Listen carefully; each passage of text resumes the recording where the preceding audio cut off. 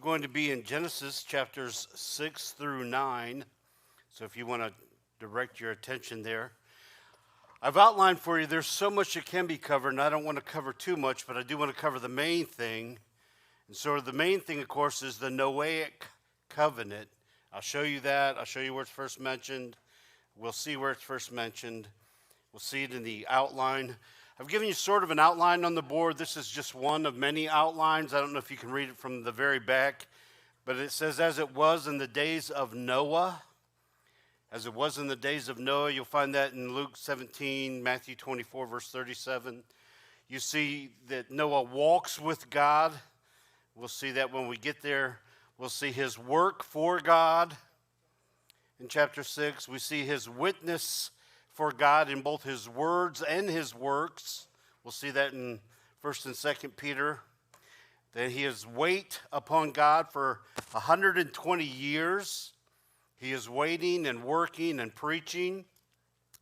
And then his worship of God, in which we get into the actual covenant structure of that. And you'll see that in chapter 8, verse 20 through 9:17.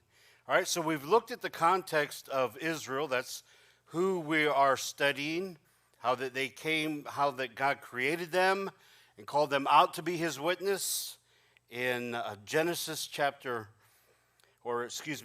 43 and verse 1. But now thus saith the Lord, who created you, O Jacob, and who formed you, O Israel. Again, in verse 7, everyone who's called by my name, whom I have created for my glory.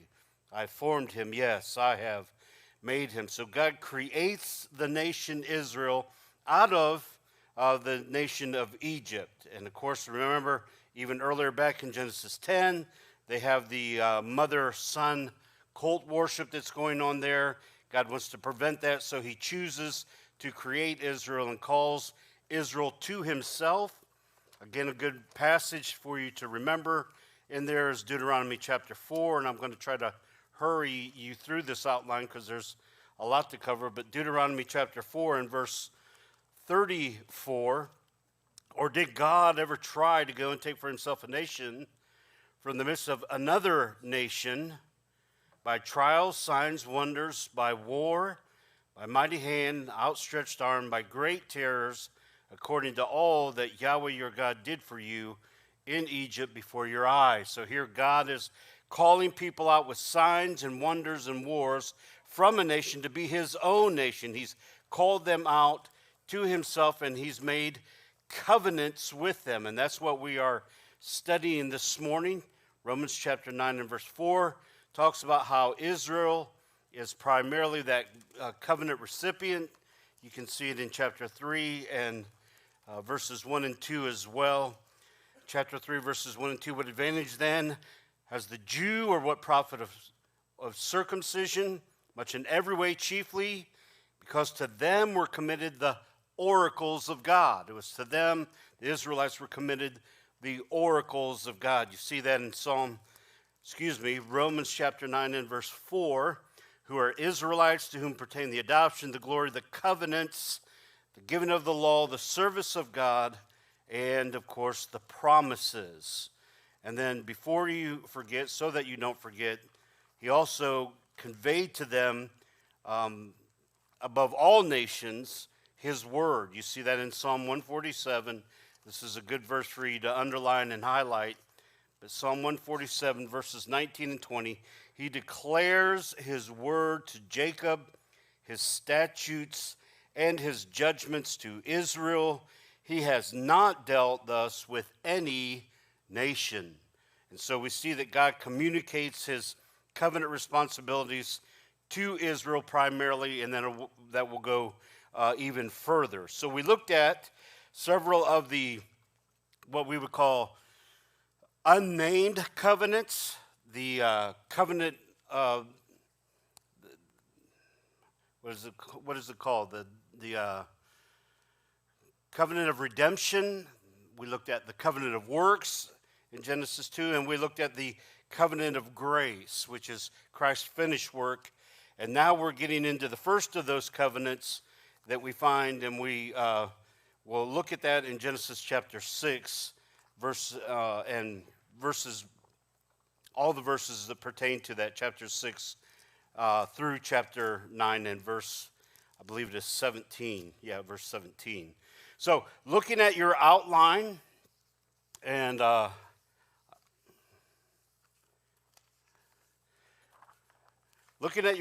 first we're going to look at Genesis. We're looking at, you can break up the book of Genesis in two ways. The beginning of the human race in Genesis 1 through 11, that's the section we're in. And then the beginning of the Hebrew race in chapter 12 through chapter 50. When we break that down again, you can see the Genesis structure. The first part of that is made up and categorized with 4 different events. There's the creation in Genesis 1 through 2. There's the fall in chapters 3 through 5. There's the flood, which we're getting into today. And then after that, there will be that national dispersion again. Remember what they did know. They did know that there was a promised seed to come from the woman. That promised seed will be traced through Seth. You'll see that in Genesis chapter 9, the verses 25 to 27, I think it is. Then it'll go through Noah, who we're going to look at today, who we see in verse 29 of chapter 5. Then it'll go through Noah, then through Shem, then through Abraham, through Isaac, through Jacob, and then through the house of Judah. So that seed is getting narrowed down all the more while we speak.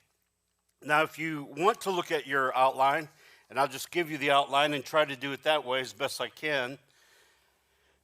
But this outline should be on your notes, should be page 20 there. If you look it up online, can't hardly see it. We'll try to get it up there. All right, so we want to look at, first of all, the context. I guess we have to shimmy it down there.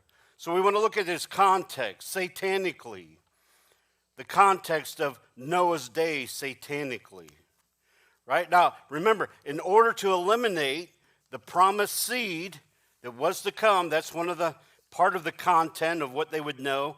In order to eliminate that promised seed, Satan chooses to eliminate the seed line. Remember, you'll see that all throughout Scripture.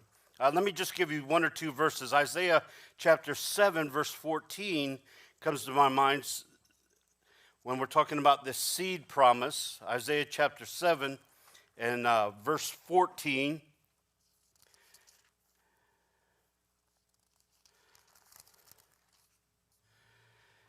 And thus he says, therefore the Lord himself will give you a sign. Behold, a virgin will conceive and bear a son. You'll call his name Emmanuel. And of course, that's recorded in the New Testament in Matthew chapter 1 and verse 23. So it doesn't take very long for us to understand that Jesus is that promised seed who was to come. Matthew chapter 1, verse 23, behold, the virgin shall be with child and bear a son, and they shall call his name Emmanuel, which is translated God with us. So here we know who that promised seed is. The promised seed is, of course, Christ. Satan knows that the promised seed is supposed to snap or shoof or snap his neck in half, break his head. In Genesis chapter 3, verse 15 is the first promise there. So satanically, what we're talking about here is that there's a mess of problems going on. You can see that in verses 1 through 4. We looked at that, where some would say that the angels of God come, take possession of men, and from those men have an offspring of giants. And because of the wickedness of people in that day, God brings the judgment upon the world. We looked at that last time, primarily looking at Jude verses 6 and 7, where Jude compares the sin of Sodom and Gomorrah to the sin of these angels. So whatever sin they were doing in Sodom and Gomorrah was the same sin that these angels had done. You see that? If you're not familiar with those verses, let me just read verses 6 and 7 for you in the book of Jude. As Sodom and Gomorrah and the cities around, well, let me start in verse 6. And the angels who did not keep their proper domain but left their own abode, he has reserved in everlasting chains under darkness for the judgment of that great day. As Sodom and Gomorrah and the cities around them, in a similar manner to these angels, having given themselves over to sexual immorality and gone after strange or foreign flesh, are set forth as an example, suffering the vengeance of eternal fire. And so what we do is, looking at those passages in 2 Peter, we say that the angels had possessed men and tried to contaminate the human race so that the promised seed could not come. You see that? And so that's what Satan now is doing. Not only that, but of course, he's fighting with angels. You see a reference to that in Job chapter 1, verse 6, Job 2, 1, and chapter 38, verse 7. You see that these angels are spoken of all throughout Scripture. And of course, we know that there are free angels, right? Ephesians chapter 6, verses 11 through 15 talk about that. We don't wrestle against flesh and blood, right? But we wrestle against angels. There are temporarily bound angels, angels who right now are temporarily bound, but they are bound for on God's prophetic timetable. Revelation chapter 9. Let me just read to you a couple portions of angels that are bound. And verses 1 through 5. Let's see. And I saw the fifth angel sounded, and I saw a great star falling from heaven to the earth. To him was given the key of the bottomless pit. And he opened the bottomless pit, and smoke rose out of the pit like smoke of a great furnace, so that the sun and the air were darkened because of the smoke of the pit. Then out of the smoke locusts came upon the earth, and to them was given power as the scorpions of the earth to have power. They were commanded not to harm the grass or tree, or any green, or any tree, but those men who did not have the seal of God in their forehead. They were not given authority to kill them. Notice that? They were not given authority to kill them, but to torment them 5 months, and their torment was like the torment of a scorpion when it strikes a man.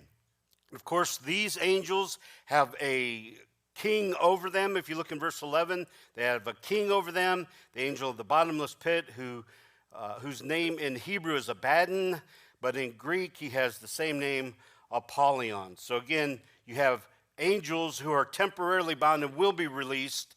You can see that in verse 14. The sixth seal of the trump is blasted. Release the four angels who are bound in the great river. Now watch this. Release them. They're bound in the river, so that four angels who had been prepared for the hour and day and month and year were released to kill how many? A third of mankind. A third of mankind. And then you see these permanently bound angels that we looked at in Jude, verses 6 and 7, that we see in Genesis chapter 6, and we see it also referenced by Peter. Now, this isn't really anything special. I'll tell you what's really scary is today, if you look at cartoons, the superheroes are demons. I mean, I don't know if you realize that. Ghost Rider, you ever heard of Ghost Rider? He's a demon, but he's a superhero, one of the Marvel superheroes. Spawn's demonic as well. He's a demon. Raven, Hellboy, all of these people are superheroes. The Scarlet Witch, right? And you could go on with the demonic superheroes that we have today in society. So in his day, Noah is fighting satanically against the angels, and he's also fighting against the wicked. You can see that in 2 Peter chapter 2, verse 5, and Jude 15. 2 Peter calls them the world of the ungodly. Paul, writing to Timothy in his second letter, said that evil men and seducers will grow or wax worse and worse. It's not going to get better. It's going to get worse. You see that? It's going to get worse.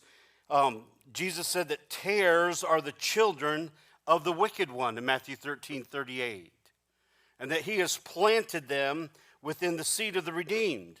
We're told by Paul, 2 Thessalonians chapter 2 and verse 8, and then shall that wicked be revealed, that is that wicked one, that Antichrist, 2 Thessalonians chapter 2 and verse 8, who the Lord will consume with the breath of his mouth. With the breath of his mouth. And so what we're seeing here is that Noah had to face satanic opposition and the opposition of the wicked. And of course, you see that reference in Jude. Speaking concerning them, he says, this is Enoch prophesying in verse 14, which is the seventh from Adam, to execute judgment on all, to convict all who are ungodly among them of all their ungodly deeds which they have committed in an ungodly way, and of all the harsh things which ungodly sinners have spoken. It's a world of ungodly. It's a world of the ungodly. This is who Noah is fighting against. Now, if we go into this whole outline, I didn't want to go into the whole thing, but I wanted to kind of share some things with you. When we're looking at the covenant, and I've just got three up here, the Noahic covenant, Abrahamic covenant, and the Mosaic covenant. It's made with Noah. You can find it in chapters 8 through 10. You see the Hebrew word berith there in chapter 6, verse 18, and the other verses in chapter 9. You see that it is made with the world and humanity, and it is pre-Israel. This is before there is any Israel, right? There's no Israel until Abraham is called out as the father of the Israelites, right? So it is the Noahic covenant, as we call it. It is unconditional, and the promise is that there will be no more flood judgment enduring earth, and capital punishment is, of course, instituted there, and government is instituted there earlier on in chapter 9. We see the covenant promises, the covenant signs that are given. The rainbow is here for Noah and his covenant, circumcision in chapter 17 for Abraham, and the Sabbath day for Israel is mentioned as well. And of course, the purpose is to restrain evil and preserve the seed line who is to come. And we'll see that preservation. And then, of course, it's directly binding on us today. All right? So as we get into this, we get into looking at Noah. I'm going to try to make some sense of some of these for your benefit. And then we'll go on from there. Any thoughts or questions so far before we get into Noah socially? Yeah, Carrie? Hey, hang on just a second. Brandon's. Which one?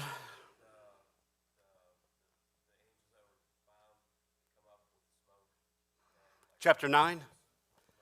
Chapter 9, verses 1 through 5. Chapter 11 tells the king. Chapter 15 and 16 tell of other angels that are bound in the Euphrates and then will be released one day. Any other thoughts, questions there? No? Jim's thinking of a hard one? All right. We'll wait on Jim. All right, so socially, we want to look at Genesis chapter 6, verse 1. It came to pass that when men began to multiply on the face of the earth, verse 11, the earth was corrupt before God, and the earth was filled with all violence. So what we see socially here concerning the population is a population explosion. Now, right now, supposedly we have 8 billion people on the earth. 8 billion people. They say that the amount is expected to rise nearly 2 billion people in the next 30 years.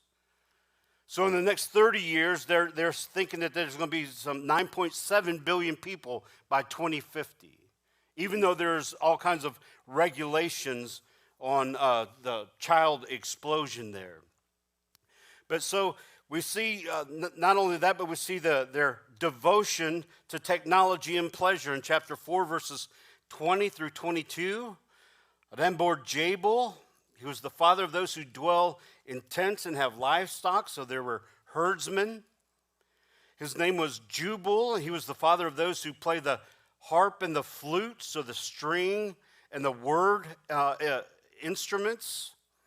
And then for Zillah, she also bore Tubal-Cain, an instructor of every craftsman in bronze and iron. So then you have metallurgy. So I don't know where they get the dinosauric people from, but it's not from the Bible. There are no dinosauric people as they try to think about that. Think about the declaration to technology and pleasure that we're looking at here. Think about since 1944, the telephone in 1876, right? You have the telephone invented. You have light bulbs in 1880. You have light bulbs in 1880. You have television in 1920. I was the remote control back then, right? Turn it, go back, right? Hold the rabbit ear. Lift your left leg. Lean out a little bit. Right? You have personal computers in the 1970s. We were leaving high school in 85, and they were talking about getting a computer. I don't remember knowing what that was, but I couldn't imagine what you would do with one of those. You have the global positioning system in 1970. You have the internet, the ARDNet. You have the GPS navigation and digital cameras in the 90s. And you have web browsers in 94. You have social media in 2004, and you have smartphones today in 2000. I think we've advanced quite a bit.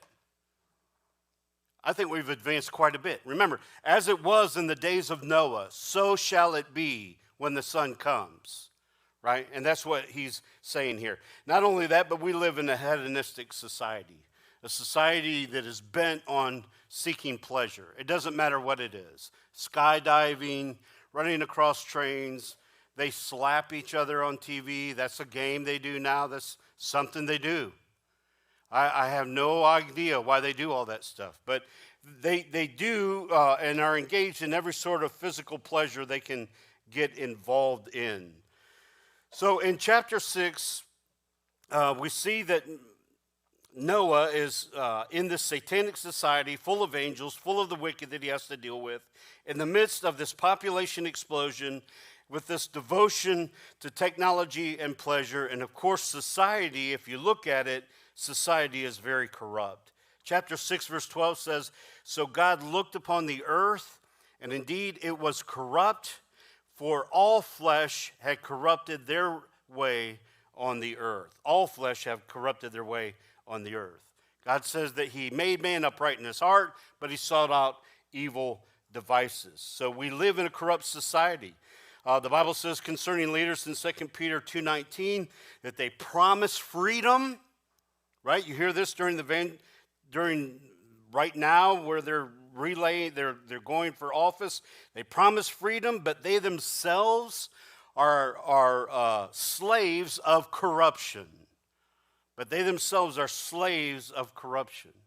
The problem is when you read Galatians chapter 6 and verse 8, it says, "Whoever sows to his own flesh will from his flesh reap corruption." He'll reap corruption. You can see this in churches today that ordain homosexuals and are mad that women can't be pastors. I mean, if it says a woman shouldn't teach or preach, then she shouldn't teach or preach, the adult men. The government, societies that are pushing down America's fundamental rights and privileges. You can see it all throughout. We live in a corrupt society, and you don't have to turn on the TV for too long to see just how bad it is. And so we see that, and I'm trying to find some sort of direction here. We see that he lives in a time of sexual explosion. Genesis chapter 4, verse 19, Lamech had several wives. We see it in Genesis 6:2, where they had multiple wives. And in Matthew 24:38, they were marrying and given in marriage even when the flood came.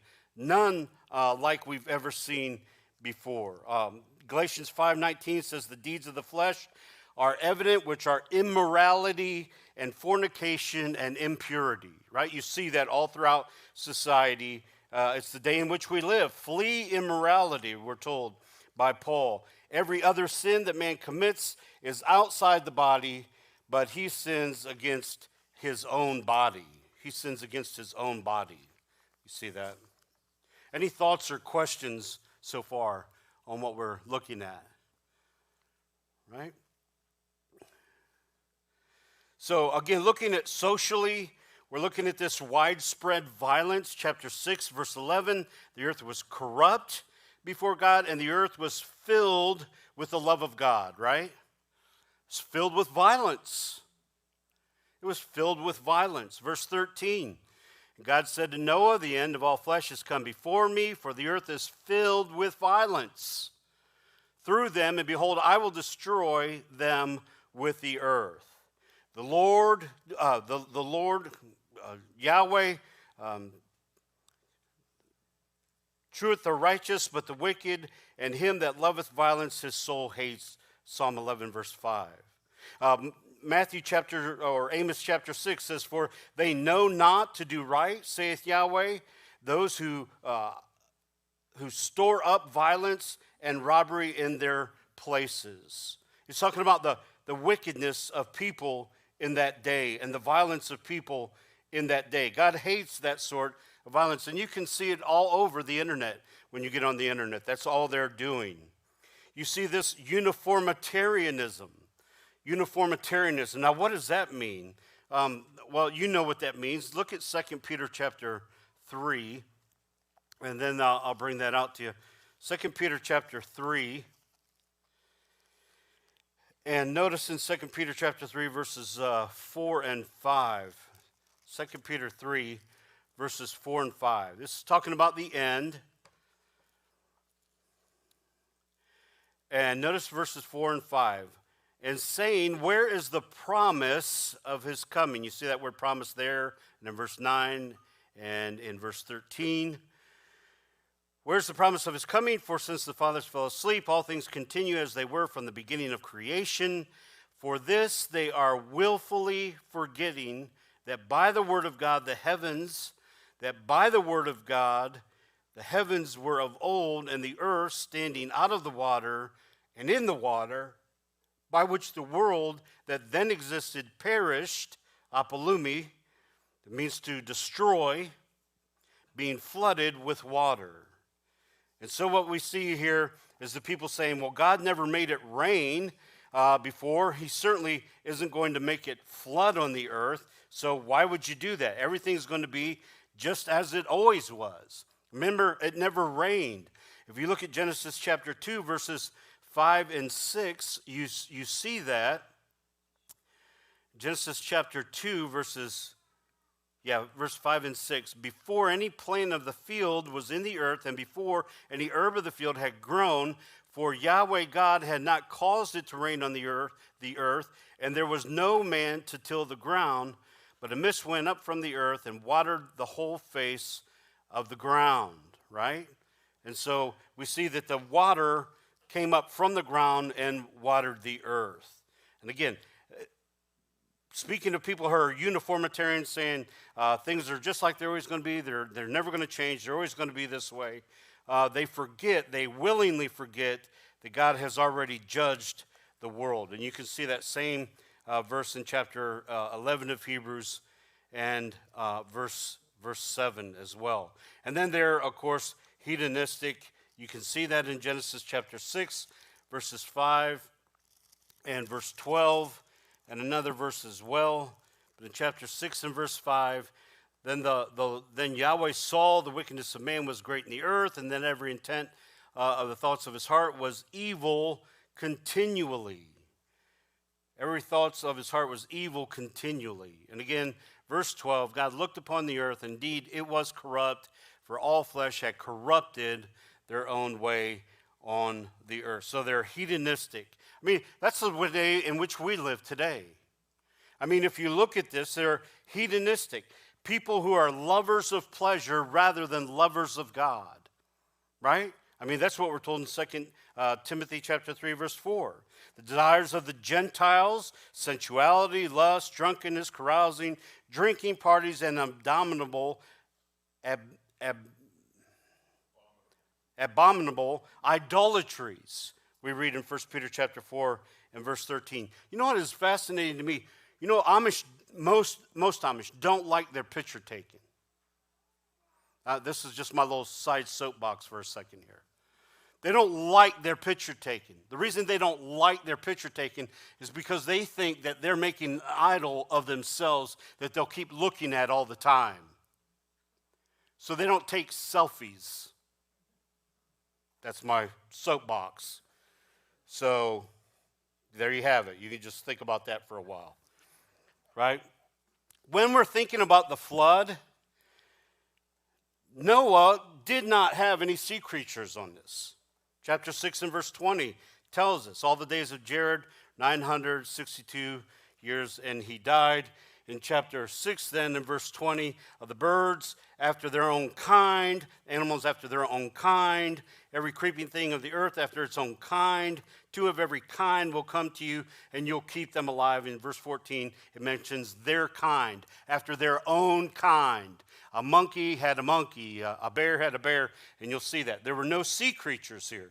There were no insects in chapter 7 and verse 22. I think that's pretty cool, right? No mosquitoes, all in whose nostrils was the breath of life, the spirit of the breath of life. All that was on the dry ground died. All that was on the dry ground died. So there were no sea creatures, there were no insects, and there were no plants taken on the ship at that time, right? So I'm just trying to give you a couple things to think about, that's all. The lamentation, there's 7 pairs or just sevens. Chapter 7, verse 2, you see that. Only clean animals. And again, this is before the Mosaic law is given, before clean is mentioned in Leviticus 11 or Deuteronomy 14. So they knew that there were clean animals. You see that reference in chapter 8, verse 20 as well. And again, I'm trying to pick through some things here without allowing myself to get sort of bogged down. So there were extinct animals that are overstated. There are animals that were not fully grown. And of course, there were animals, obviously, that were in hibernation. Now, some say that there were about 16,000 animals on the boat. The boat, if you look at its stipulations in chapter 6, verse 15, says you'll make the length of it and 300 cubits, it's with 50 cubits, and its height's 30 cubits there, and so a cubit was from the tip of your finger to your elbow, and so what you have is you have an ark about 450 feet long, 75 feet wide, and 45 feet high, which was capable of holding 125,000 animals. But they speculate that it only held about that many animals. Now, here's something for you just to think about, and I'm not teaching on this, it's just something for you to think about. But as we're thinking about it, you wouldn't need every kind of animal. Say you were going to take a bear. You only need 2, a male and a female. And from those 2 bears come all the other sorts of bears. You see that?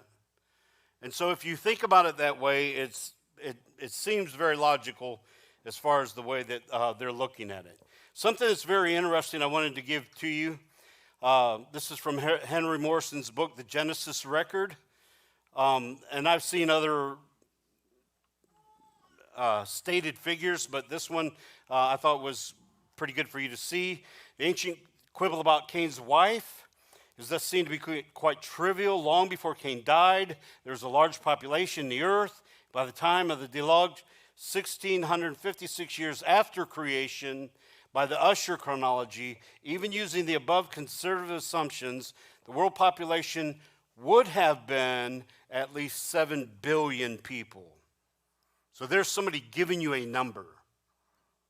Now, I don't know how accurate that would be, but 7 billion people and 8 survive. The rest God kills. The rest God kills.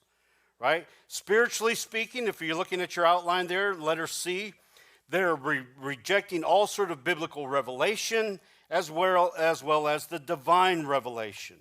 1 Peter chapter 3, and again, these are all passages that name Noah, and so we're just looking at these passages to see what they tell us of his day. But 1 Peter chapter 3 says this, by whom he also went and preached to the spirits in prison who formerly were disobedient, when once the divine long-suffering waited in the days of Noah while the ark was being prepared, in which a few, that is, 8 souls were saved through water. And so what we see there is a biblical rejection of the saved. You see, Jesus dies, he goes, he preaches to them how he has overcome, even though they meant for him to fail. And you can see the length of that time, or remember it in Genesis chapter 6 and verse 3, when he says it was for his spirit will not always strive with man, yet his days will be for 120 years, right? So they reject the biblical authority. You see that today, don't you? The Bible's just a man's book. That's all it is. It wasn't given by God. And they also reject the divine. They also have a divine rejection. Again, looking in 2 Peter chapter 2 and verse 5. 2 Peter chapter 2 and verse 5, they did not spare the ancient world, but saved Noah, one of the people, a preacher of righteousness, a preacher for 120 years of righteousness, bringing in the flood on the ungodly world. 120 years he's been preaching and he's been preparing. You see that? He preached. You can see that there. That's his words, right? And in chapter 1 and verse 20, the ark was being prepared. That's his works. So by his words and by his works, he condemns the world of the ungodly. I mean, that's the days in which we live today. There's a biblical rejection and a sovereign rejection. Zechariah chapter 12, verse 7, chapter 7, verse 12 says, they made their hearts like flint so that they couldn't hear the law and the words which the Lord of hosts had sent by his Spirit through the former prophets. Therefore, great wrath came from the Yahweh of hosts. See that? And then, of course, the divine rejection. And you can always sum this up. There's only 3 types of religions. There's atheists, monotheists, and the Eastern religions. It's very simple.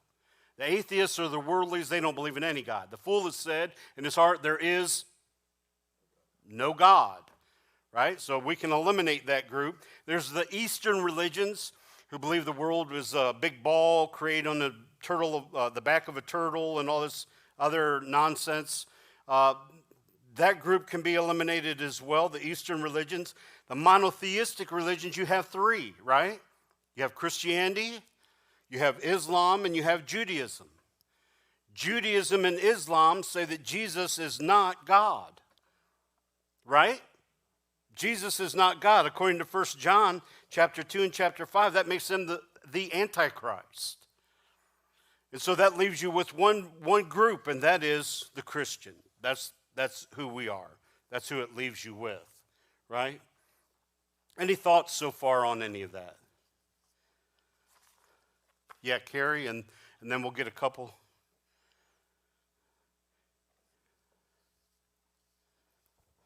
So in the monotheistic group, where would you place the Catholics? Well, unbelieving Catholics would be in the monotheistic group. Yeah, you said you had Christians, Islam, and Judaism. Where would Catholics fit in that?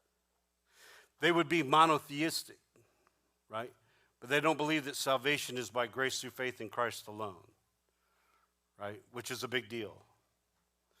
And they believe that you're continually being saved, right? Yeah, somebody, Zach?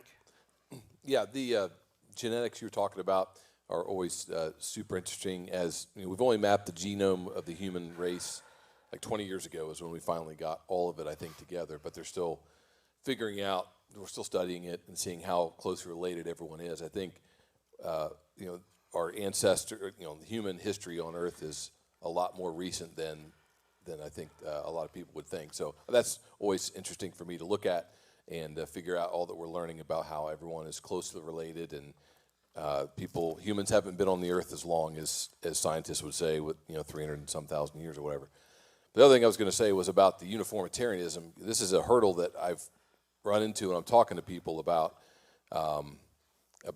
what's going on today in the world.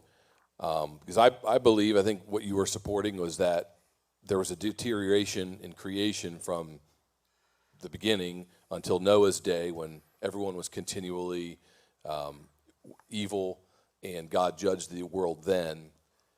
And I still feel like we're sort of on a deterioration even now. But a lot of people would say, well, it's always been this bad. Kind of like what you were saying with uniformitarianism. There's been homosexuality in every civilization. There's been slavery. There's been selfishness, sexual revolutions everywhere.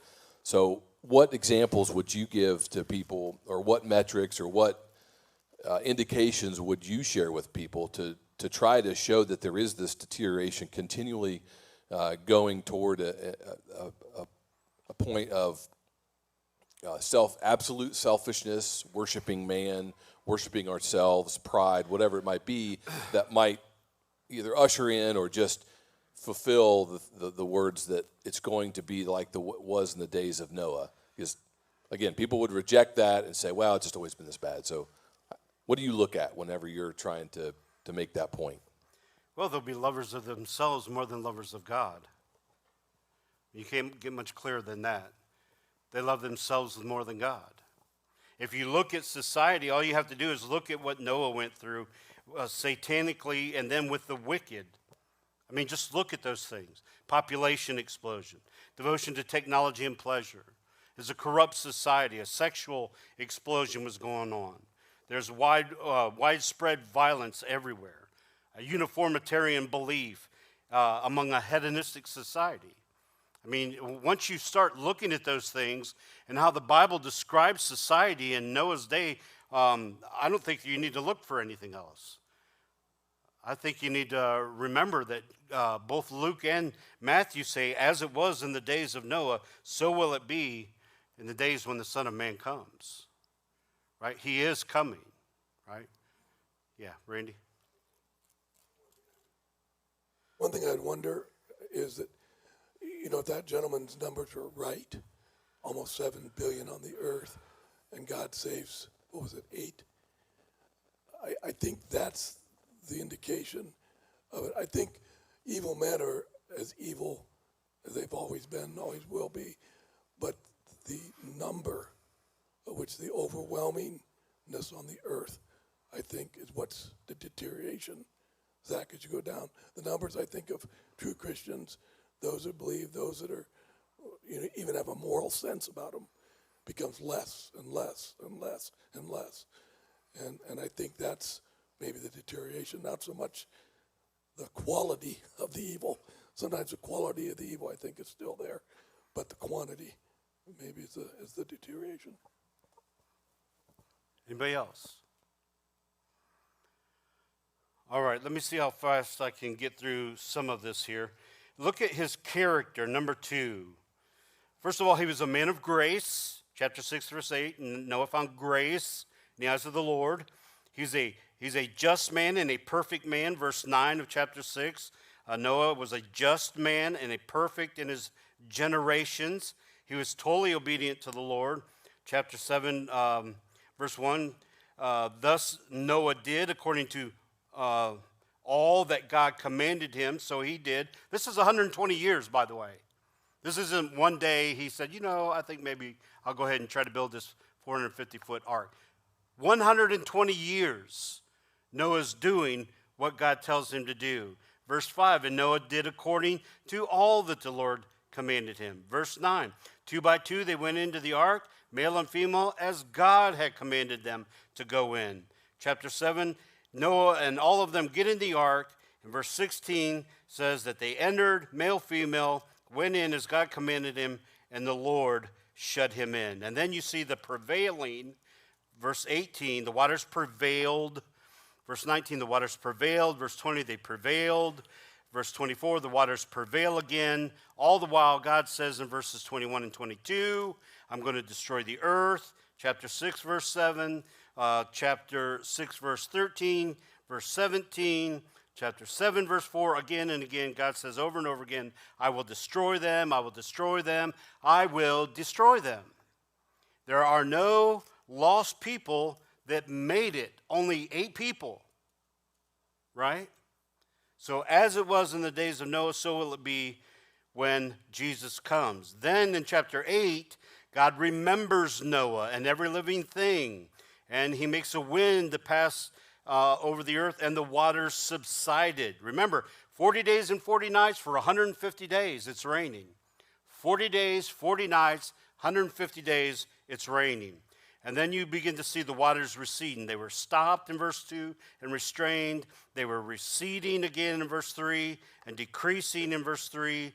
Verse 5, the waters decrease continually. You see that again. And then verse 5, you see the mountains are seen.